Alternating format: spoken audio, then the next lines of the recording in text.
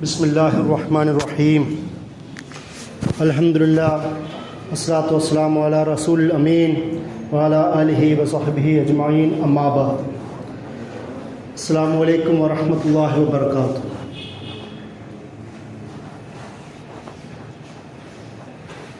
ഖാല നബി സല്ലല്ലാഹു അലൈഹി വസല്ലം ലാ തസാലു ത്വായിഫത്തുൻ മിൻ ഉമ്മത്തി ളാഹിരീന അലൽ ഹഖ് لا يضرهم من خذلهم حتى يأتي أمر الله قيل أين هم قال رسول الله صلى الله عليه وسلم ببيت المقدس وأكناف بيت المقدس. ഇമാം അഹ്മദ് ബിൻ ഹംബലും ഇമാം തബ്രാനി മക്കയും മറ്റു പല മുഹദ്ദിസുകളും പല റിപ്പോർട്ടുകളിൽ റിപ്പോർട്ട് ചെയ്ത ഹദീസാണത്. നബി സല്ലല്ലാഹു അലൈഹി വസല്ലമ പറഞ്ഞു, എൻ്റെ ഉമ്മത്തിലെ ഒരു വിഭാഗം സത്യത്തിൽ അടിയുറച്ചു നിന്നുകൊണ്ട് അതിജയിക്കുന്നവരായിരിക്കും. അവരെ അവരെ ബുദ്ധിമുട്ടിക്കുകയില്ല. വഞ്ചിക്കുന്നവരുടെ വഞ്ചന അവരെ ബുദ്ധിമുട്ടിക്കുകയില്ല, പ്രയാസപ്പെടുത്തുകയില്ല, അള്ളാഹുവിൻ്റെ വിധി വരുന്നതുവരെ.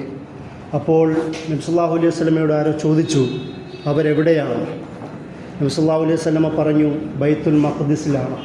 ബൈത്തുൽ മഖ്ദിസിൻ്റെ ചുറ്റുപാടുമുള്ളവരാണ്. ഇന്ന് ഇസ്ലാമിക സമൂഹം, മുസ്ലിം ലോകം, അറബ് ലോകം ഏറ്റവും കൂടുതൽ വേദനയോടെ കാണുന്ന ഒരു സമൂഹമാണ് ഫലസ്തീനിലെ സമൂഹം. ഫലസ്തീൻ എന്ന് പറയുന്നത് ഇസ്ലാമിക ലോകത്തെ ഏറ്റവും പ്രധാന 3 പ്രദേശങ്ങളിൽ ഒന്നാണ്. നമുക്കറിയാം, സൂറത്ത് ഇസ്രായിലെ തുടക്കം തന്നെ സുബ്ഹാനല്ലദീ അസ്റാ ബി അബ്ദിഹി ലൈലൻ മിനൽ മസ്ജിദിൽ ഹറാമി ഇലൽ മസ്ജിദിൽ അഖ്സല്ലദീ ബാറക്നാ ഹൗല എന്ന രീതിയിൽ അല്ലാഹു സുബ്ഹാനഹു വ തആല തുടങ്ങുന്നുണ്ട്. ഇസ്രാ മിറാജിൻ്റെ സംഭവം അല്ലാഹു സുബ്ഹാനഹു വ തആല പറയുന്നു, മസ്ജിദുൽ ഹറാമിൽ നിന്ന് മസ്ജിദുൽ അഖ്സയിലേക്ക് അവൻ്റെ അടിമയെ കൊണ്ടുപോയ ആ രാത്രിയെക്കുറിച്ച് പരാമർശിക്കുന്നു. ചുറ്റുപാടും അള്ളാഹുവിൻ്റെ ബർക്കത്ത് ലഭിച്ച ആ പ്രദേശത്തെക്കുറിച്ച് അള്ളാഹു ആദ്യത്തെ ആയത്തിൽ തന്നെ പറയുന്നുണ്ട്. ബൈത്തുൽ മുഖദ്ദിസ് എന്ന് പറയുന്നത് നമ്മളുടെ ആദ്യത്തെ കഅബയാണ്. ബൈത്തുൽ മുഖദ്ദിസ് എന്ന് പറയുന്നത് ഇബ്രാഹിം നബി അലൈഹി സ്വലാം അടക്കം ഒരുപാട് പ്രവാചകന്മാരുടെ പാദസ്പർശമേറ്റ പ്രദേശമാണ്. നബി സല്ലല്ലാഹു അലൈഹി വസല്ലമയാൽ നബിയുടെ സന്ദർശനത്താലും അനുഗ്രഹിക്കപ്പെട്ട പ്രദേശമാണ്. അതുപോലെ ബൈത്തുൽ മുഖദ്ദിസ് എന്ന് പറയുന്നത് ഉമർ റളിയല്ലാഹു അൻഹു മോചിപ്പിച്ച വിജയിച്ചടക്കിയ പ്രദേശമാണ്. ബൈത്തുൽ മഖ്ദിസ് എന്ന് പറയുന്നത് സലാഹുദ്ദീൻ അയ്യൂബി പിന്നീട് ശത്രുക്കൾ പിടിച്ചെടുത്തപ്പോൾ അവരിൽ നിന്ന് മോചിപ്പിച്ചെടുത്ത പ്രദേശമാണ് ബൈത്തുൽ മുഖദ്ദിസ്. ഈ ബൈത്തുൽ മുഖദ്ദിസ് ഇസ്ലാമിക എല്ലാ ഭരണകൂടങ്ങളുടെയും പ്രധാനപ്പെട്ട കേന്ദ്രമായിരുന്നു. അത് ഉമവികളാവട്ടെ, അബ്ബാസികളാവട്ടെ, ഉസ്മാനി ഖിലാഫത്താവട്ടെ, പല കാലഘട്ടങ്ങളിലും എല്ലാ മുസ്ലിങ്ങളുടെയും പ്രധാനപ്പെട്ട ഒരു കേന്ദ്രം കൂടിയായിരുന്നു ബൈത്തുൽ മുഖദ്ദിസ്. ലോകത്ത് വിവിധ ഭാഗങ്ങൾക്കിടയിൽ യഹൂദരെ ക്രിസ്ത്യൻ ഭരണകൂടങ്ങൾ അടിച്ചമർത്തിയപ്പോൾ അവരെ എല്ലാവരെയും വിളിച്ചു കൂട്ടിയത് ഇസ്താംബൂളിലെ പ്രധാനപ്പെട്ട ഭരണാർത്ഥകളിൽ ഒരാളായിരുന്ന സുൽത്താൻ മുഹമ്മദ് ഫാത്തിഹ ആയിരുന്നു. അദ്ദേഹവും അവരെ ബൈത്തുൽ മഖ്ദിസിലേക്കും ഫലസ്തീനിലേക്കും യഹൂദരെ കുടിയിരുത്തുകയാണ് ഉണ്ടായത്. അതായത് പിൽക്കാലത്ത് അക്രമികളായ പല ആൾക്കാരെയും ആദ്യകാലത്ത് അവരെ പല അക്രമികളിൽ നിന്ന് രക്ഷപ്പെടുത്തിക്കൊണ്ടൊന്ന് കുടിയിരുത്തിയത് ഫലസ്തീനിലായിരുന്നു എന്നതും കൂടി നമ്മൾ ഓർക്കേണ്ടതുണ്ട്. അറബ് ലോകത്ത് ഏറ്റവും പ്രധാനപ്പെട്ട ഒരു മുദ്രാവാക്യമാണ് ഫതഹഹ ഉമർ ഹററഹ സലാഹുദ്ദീൻ ഫമല്ലഹൽ ആൻ. ഉമർ റളിയല്ലാഹു അൻഹു ഫതഹ് ചെയ്ത് മോചിപ്പിച്ചു. സലാഹുദ്ദീൻ അയ്യൂബി അതിനെ കീഴടക്കി. ഇപ്പോൾ ആരാണ് ഫലസ്തീനിലുള്ളത്? പ്രധാനപ്പെട്ട ഒരു ചോദ്യമാണ്. സയോണിസ്റ്റ് പ്രസ്ഥാനമെന്ന് പറയുന്ന യഹൂദരിലെ തീവ്രവാദ പ്രസ്ഥാനം രൂപപ്പെട്ടപ്പോൾ അതിൻ്റെ ഫൗണ്ടറിൽ ഒരാളായിരുന്ന തിയോഡർ ഹെർസൽ സുൽത്താൻ അബ്ദുൽ ഹമീദ് സെക്കൻഡിനെ കാണാൻ വരുന്നുണ്ട്. അദ്ദേഹത്തോട് ചോദിക്കുന്നു, ഫലസ്തീൻ ഞങ്ങൾക്ക് താമസിക്കാൻ ഇടം വേണം. അപ്പോൾ അദ്ദേഹം പറയുന്നു, ഇസ്ലാമിൻ്റെ വഖഫ് സ്വത്തായ ഫലസ്തീനിൽ ഒരു തുണ്ട് പോലും ഞാൻ നിങ്ങൾക്ക് തരില്ല. ഇപ്പോൾ നമ്മൾ മനസ്സിലാക്കേണ്ട ഒരു വിഷയം, ഫലസ്തീൻ ഓൾറെഡി തന്നെ ആയിരക്കണക്കിന് യഹൂദരും അവിടെ താമസിക്കുന്നുണ്ട്, ക്രിസ്ത്യാനികളും താമസിക്കുന്നുണ്ട്, മുസ്ലിങ്ങളും താമസിക്കുന്നുണ്ട്. ഒരു പ്രശ്നമില്ലാതെ 3 മതസമൂഹവും ഒരുപോലെ ആരാധിക്കുന്ന, ആദരവ് നൽകുന്ന പള്ളിയും കൂടിയാണ് ബൈത്തുൽ മഖ്ദിസ് എന്ന് പറയുന്നത്. അവിടേക്കാണ് സയോണിസ്റ്റ് പ്രസ്ഥാനം തിയോഡർ ഹെർസലിൻ്റെ നേതൃത്വത്തിൽ ഈ ഒരു ആലോചനയുമായി വരുന്നത്. സുൽത്താൻ അബ്ദുൽ ഹമീദ് സെക്കൻഡ് ഒന്നും ആലോചിക്കാതെ തന്നെ അതിനെ നിരാകരിച്ച് തള്ളിക്കളയാണ് ചെയ്യുന്നത്. നിങ്ങൾക്കറിയാമോ, സുൽത്താൻ അബ്ദുൽ ഹമീദ് സെക്കൻഡിനെ അധികാരഭ്രഷ്ടനാക്കുന്നതിൽ പ്രധാന കാരണമായത് ഈ ബൈത്തുൽ മഖ്ദിസിൻ്റെ സ്ഥാനം തന്നെയാണ്, വിഷയം തന്നെയാണ്. അദ്ദേഹത്തെ 1909 സ്ഥാനഭ്രഷ്ടനാക്കുന്ന കത്തുമായി വരുന്നതിൽ ഒരാൾ സിയോണിസ്റ്റ് പ്രസ്ഥാനത്തിലെ ഒരു പ്രധാനപ്പെട്ട നേതാവും കൂടിയായിരുന്നു. അതിനുശേഷം അവിടെ സയോണിസ്റ്റ് പ്രസ്ഥാന നേതാക്കന്മാരുടെ സഹായത്തോടു കൂടി പലായനങ്ങൾ തുടങ്ങാൻ തുടങ്ങി. ആലിയ എന്ന പേരിൽ, ഇസ്രായേൽ പലായനം എന്ന പേരിൽ പല ഘട്ടങ്ങളിലായി 1900 മുമ്പ് തന്നെയും പല ഘട്ടങ്ങളായി തുടങ്ങി. നമ്മുടെ സ്വന്തം കേരളത്തിൽ നിന്ന് പോലും യഹൂദർ ഫലസ്തീനിലേക്ക് യാത്രയായി. അതായത് പ്രോമിസൽ ലാൻഡ് എന്ന പേരിൽ, അർദുല്ലാ എന്ന് പറഞ്ഞ പേരിൽ, ഞങ്ങൾക്ക് വാഗ്ദാനം ചെയ്യപ്പെട്ട വാഗ്ദത്ത ഭൂമി എന്ന് പറയുന്ന ബൈബിളിലെ തൗറാത്തിലെ ഒരു വാക്കിനെ വക്രീകരിക്കുകയും അവരുടെ തരത്തിലേക്ക് പൊളിറ്റിസൈസ് ചെയ്ത് ഒരു വാദമുണ്ടാക്കുകയും അതിൻ്റെ കൂടെ lands without people for the people without lands എന്ന രീതിയിൽ ഒരു വാദമുണ്ടാക്കി.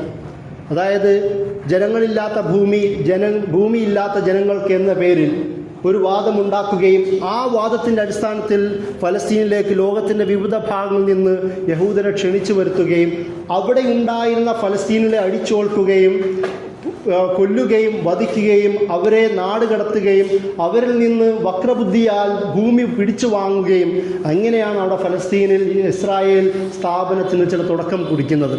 അങ്ങനെ 1948 ഒരു അധിനിവേശ രാഷ്ട്രം ഫലസ്തീനിൽ രൂപപ്പെടുന്നു. അത് പിന്നീട് ഇസ്രായേൽ എന്ന പേരിൽ അറിയപ്പെടുന്നു. ലോകത്ത് പിന്നീട് ഉണ്ടാവുന്നത് സംഘർഷങ്ങളുടെ കാലഘട്ടമാണ്. 1949, 1956, 1967, 1973 ഈ വിവിധ കാലഘട്ടങ്ങളിൽ അറബ് ഇസ്രായേൽ യുദ്ധങ്ങൾ ഉണ്ടാവുന്നുണ്ട്. 1973 യുദ്ധം പോലും ഉണ്ടാവുന്നത് റമദാനിലായിരുന്നു. അതുകൊണ്ട് റമദാൻ വാർ എന്നാണ് അത് അറിയപ്പെട്ടിരുന്നത്. അന്ന് അറബ് ലോകത്തും മുസ്ലിം ലോകത്തുമെല്ലാം അറബ് സൈന്യത്തിൻ്റെ വിജയത്തിന് വേണ്ടി പ്രാർത്ഥിക്കുമായിരുന്നു. ഒരുപാട് വാർത്തകൾ, അതിനൊരു മതകീയ വർണ്ണം പോലും ഉണ്ടാവാൻ കാരണമായി. കാരണം റമദാനാണ് ഉണ്ടായിരുന്നത്. പക്ഷെ പിന്നീട് 80കളുടെ അടുത്തോടുകൂടി ഈ നേതൃത്വം കൊടുത്ത അറബ് രാഷ്ട്രങ്ങളെല്ലാം, നേതാക്കന്മാരെല്ലാം ഇസ്രായേലിന് മുമ്പിൽ കീഴ്വണങ്ങുകയും സന്ധി വെക്കുകയും ക്യാമ്പ് ഡേവിഡ് അക്കോർഡ്സ് ഉണ്ടാവുകയും അതിൻ്റെ പേരിൽ ആ നേതാക്കന്മാർക്ക് നോബൽ പ്രൈസ് പോലും കിട്ടുന്ന അവസ്ഥയിലേക്ക് വന്നു. പിന്നീടും പക്ഷേ മുസ്ലിം ലോകത്തെ പ്രധാനപ്പെട്ട ധീരരായ ശൂരരായ ഫലസ്തീൻ ജനത അടങ്ങി നിന്നില്ല. 1987 ആദ്യത്തെ ഇൻതിഫാദ ഉണ്ടാവുന്നു. ഫലസ്തീൻ അപ്രൈസിംഗ് എന്ന് വിളിക്കപ്പെടുന്ന ഉയർത്തെഴുന്നേൽപ്പ് എന്ന് പറഞ്ഞ സംഭവം ഉണ്ടാകുന്നു. അങ്ങനെയാണ് ആ ദിവസമാണ് 1987 ഹമാസ് എന്ന് പറയുന്ന ഇസ്ലാമിക പ്രസ്ഥാനം രൂപപ്പെടുന്നത്. ആ ഹമാസിൻ്റെ നേതൃത്വത്തിൽ പിന്നീട് നീണ്ടകാല പ്രതിരോധ പ്രവർത്തനങ്ങൾ ഇപ്പോഴും നടന്നുകൊണ്ടിരിക്കുന്നു. 2000 രണ്ടാം ഇൻതിഫാദയും ഉണ്ടാവുന്നു. അന്നത്തെ പ്രധാനമന്ത്രിയായിരുന്ന ഏരിയൽ ഷാരോന്റെ നേതൃത്വത്തിൽ ഒരു സൈന്യം മസ്ജിദുൽ അഖ്സയിലേക്ക് ഇടിച്ചു കയറുകയും ഒരുപാട് ആപത്തുകൾ ഉണ്ടായും ചെയ്തപ്പോൾ അതിന് പ്രതിക്രിയ എന്ന നിലയിലാണ് രണ്ടാമത്തെ ഇൻതിഫാദയും ഉണ്ടാവുന്നത്. പിന്നീട് സംഭവിക്കുന്നത് രക്തച്ചൊരിച്ചിലുകളായിരുന്നു. ഇതൊക്കെ ഞാനിത് പറയാൻ കാരണം ആ ഹദീസിലേക്കാണ് നിങ്ങളെ വിരൽ ചൂണ്ടുന്നത്. നബി സല്ലല്ലാഹു അലൈഹി വസല്ലമ പറഞ്ഞു, ലാ തസാലു തായിഫത്തും മിൻ ഉമ്മത്തി ളാഹിരീന അലൽ ഹഖ്, സത്യത്തിൽ അടിയുറച്ചു നിൽക്കുന്ന വിജയികളായ ഒരു വിഭാഗം എൻ്റെ ഗ്രൂപ്പിൽ ഉണ്ടായിരിക്കും എന്നേക്കും. ലാ യദുറുഹും മൻ ഖദലഹും, അവരെ വഞ്ചിക്കുന്നവരുടെ വഞ്ചനകളൊന്നും അവരെ യാതൊരു പ്രയാസമുണ്ടാക്കുകയില്ല. അള്ളാഹുവിൻ്റെ കൽപ്പന വരുന്നതുവരെയും അങ്ങനെ തന്നെ നീണ്ടു നിൽക്കുക തന്നെ ചെയ്യും. അപ്പോഴാണ് സഹാബികൾ ചോദിക്കുന്നത്, ആരാണ്? നബി സല്ലല്ലാഹു അലൈഹി വസല്ലം പറയുന്നു, ബൈത്തുൽ മഖ്ദിസിലുള്ളവരും അതിൻ്റെ ചുറ്റുപാടുമുള്ളവരുമായിരിക്കും. ഫലസ്തീനികളുടെ ഈമാനിൻ്റെ, ഫലസ്തീനികളുടെ ചെറുത്തുനിൽപ്പിൻ്റെ, പോരാട്ടത്തിൻ്റെ പ്രത്യേകതയാണ് നബി സല്ലല്ലാഹു അലൈഹി വസല്ലം ആ ഹദീസിലൂടെ പറയുന്നത്. ഇപ്പോഴും ഏകദേശം എല്ലാ റമദാനിലും ഫലസ്തീനിൽ ഇസ്രായേൽ അറ്റാക്ക് ചെയ്യും. ഇസ്രായേൽ എന്തൊക്കെ അവിടുത്തെ ഭരണകൂടത്തിന് പ്രശ്നങ്ങൾ ഉണ്ടാവുന്നു, ആ പ്രശ്നങ്ങളിൽ നിന്നൊക്കെ മുഖം തിരിക്കുവാൻ വേണ്ടി, ശ്രദ്ധ തിരിക്കുവാൻ വേണ്ടി, ജനങ്ങളുടെ ശ്രദ്ധ തിരിക്കുവാൻ വേണ്ടി അവരാദ്യം ചെയ്യുന്നത് ഫലസ്തീനിൽ അറ്റാക്ക് ചെയ്യുക എന്നുള്ളതാണ്. അപ്പോൾ ജനങ്ങളുടെ ശ്രദ്ധ തിരിയുകയും ഒരു ദേശീയ വിഷയമായി മാറുകയും അതിൽ നിന്ന് പിന്തുണ ഉണ്ടാവുകയും അടുത്ത ഇലക്ഷനിൽ അറ്റാക്ക് ചെയ്യുന്ന ആരാണോ അവർ വീണ്ടും അധികാരത്തിൽ വരികയും ചെയ്യുന്നു. അല്ലെങ്കിൽ അറ്റാക്കിന് വേണ്ടി ആരൊക്കെ പറയുന്നു അവരൊക്കെ വീണ്ടും തിരഞ്ഞെടുക്കുന്ന അവസ്ഥയിലേക്കാണ് ഇപ്പോൾ ഇസ്രായേലിൻ്റെ ഒരു സാഹചര്യമുള്ളത്. കാരണം കഴിഞ്ഞ 2 ആഴ്ചയ്ക്ക് മുമ്പാണ് ഇസ്രായേൽ ഭരണകൂടത്തിനെതിരെ ശക്തമായ പ്രതിഷേധം ഉണ്ടായത്. ആ പ്രതിഷേധത്തെ തലതിരിക്കുവാൻ വേണ്ടിയിട്ടാണ് ഇപ്പോൾ വീണ്ടും ഫലസ്തീനിൽ അറ്റാക്ക് ഉണ്ടായത്. കഴിഞ്ഞ 2-3 വർഷമായി നിരന്തരം തുടരുന്ന പരിപാടിയാണത്. ഫലസ്തീനിലെ ജനത ശക്തമായി ചേർത്ത് നിൽക്കും. വലിയ നാശനഷ്ടങ്ങൾ ഫലസ്തീനികൾക്കുണ്ടാവും. പക്ഷേ എന്നാൽ പോലും അവർ ഒരിക്കലും തല കുനിച്ചു കൊടുക്കുകയില്ല എന്നുള്ളതാണ് ചരിത്ര യാഥാർത്ഥ്യം.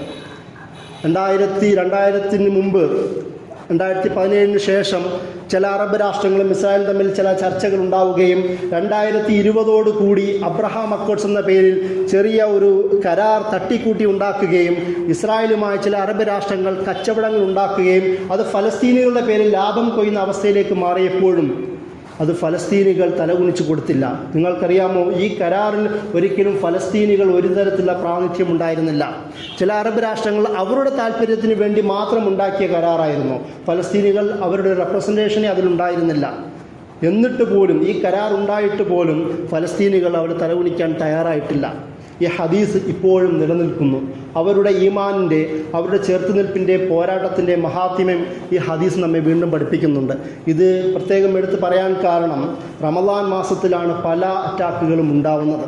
റമദാൻ മാസത്തിലാണ് ഒരു നോമ്പെടുത്ത വിശ്വാസികളെ അവർ കൂട്ടക്കൊല ചെയ്യുന്നത്. 2-3 ദിവസം മുമ്പ് മസ്ജിദുൽ അഖ്സയിലേക്ക് തറാവീഹ് നമസ്കാരത്തിന് വേണ്ടി വന്നിരുന്ന വിശ്വാസികളെ അടിയടത്തുകയും 100-ലധികം ആൾക്കാരെ കൈയും കാലും കെട്ടി അറസ്റ്റ് ചെയ്ത് കൊണ്ടുപോകുന്നത് നമുക്ക് കാണാൻ കഴിയും. ലോകത്തടക്കമുള്ള വിവിധ ഭാഗങ്ങളിൽ ഇത് വലിയ വാർത്തയാവുകയും സോഷ്യൽ മീഡിയയിലടക്കം ഷെയർ ചെയ്യപ്പെടുകയും ചെയ്തു. ഞാനും അത് ഷെയർ ചെയ്തിരുന്നു. പക്ഷേ ഫേസ്ബുക്ക് ഇത് മിസ്ലീഡിംഗ് ആയ ഫാക്റ്റ് എന്ന് പറഞ്ഞ പേരിൽ അത് ക്ലോസ് ചെയ്യുകയാണ് ചെയ്തത്. ആലോചിച്ച് നോക്കുക, സോഷ്യൽ മീഡിയ അടക്കം സയോണിസ്റ്റ് അധികാരികളുടെ മുമ്പിൽ കീഴ്വണങ്ങുന്ന ഒരവസ്ഥയിലേക്ക് മാറുന്ന ഒരു സാഹചര്യം കൂടിയാണ്. ഇങ്ങനെയുള്ളൊരു സാഹചര്യത്തിലാണ് വിശ്വാസ സമൂഹം എന്ന് പറയുന്നത് ഒരു ശരീരമാണ്. ഏതെങ്കിലും ഒരു ഭാഗത്ത് ഒരു വിശ്വാസിക്ക് വേദന എടുക്കുമ്പോൾ മറ്റൊരു വിശ്വാസിക്ക് വേദന എടുക്കുമെന്ന് പറയുന്ന ഹദീസ് നമ്മുടെ മുമ്പിലുണ്ട്. ഫലസ്തീൻ സമൂഹത്തിന് വേണ്ടി, മർദ്ദിതരാവുന്ന എല്ലാവർക്കും വേണ്ടിയും പ്രാർത്ഥിക്കണം. പ്രത്യേകിച്ച് നമ്മുടെ പ്രാർത്ഥനകളിൽ ഫലസ്തീനിന് വേണ്ടി പ്രത്യേക വേളകൾ, സമയങ്ങൾ നമ്മൾ മാറ്റിവെക്കുന്നതിന് വേണം. അല്ലാഹു സുബ്ഹാനഹു വ തആലയുടെ ദീനിനെ സംരക്ഷിക്കുവാൻ, സ്വന്തം പരിശുദ്ധമാക്കപ്പെട്ട മസ്ജിദുൽ അഖ്സയെ സംരക്ഷിക്കുവാനും അതിൻ്റെ ജനങ്ങളുടെ ജീവന് സുരക്ഷ ഏർപ്പെടുത്തുവാനും ശ്രമിക്കുന്ന എല്ലാ പോരാളികൾക്കും അല്ലാഹു സുബ്ഹാനഹു വ തആല അനുഗ്രഹം നൽകട്ടെ, അവർക്ക് വിജയം നൽകട്ടെ എന്ന് പ്രാർത്ഥിച്ചുകൊണ്ട് വാഖിറു ദഅ്വാനാ അൽഹംദുലില്ലാഹി റബ്ബിൽ ആലമീൻ. അസ്സലാമു അലൈക്കും.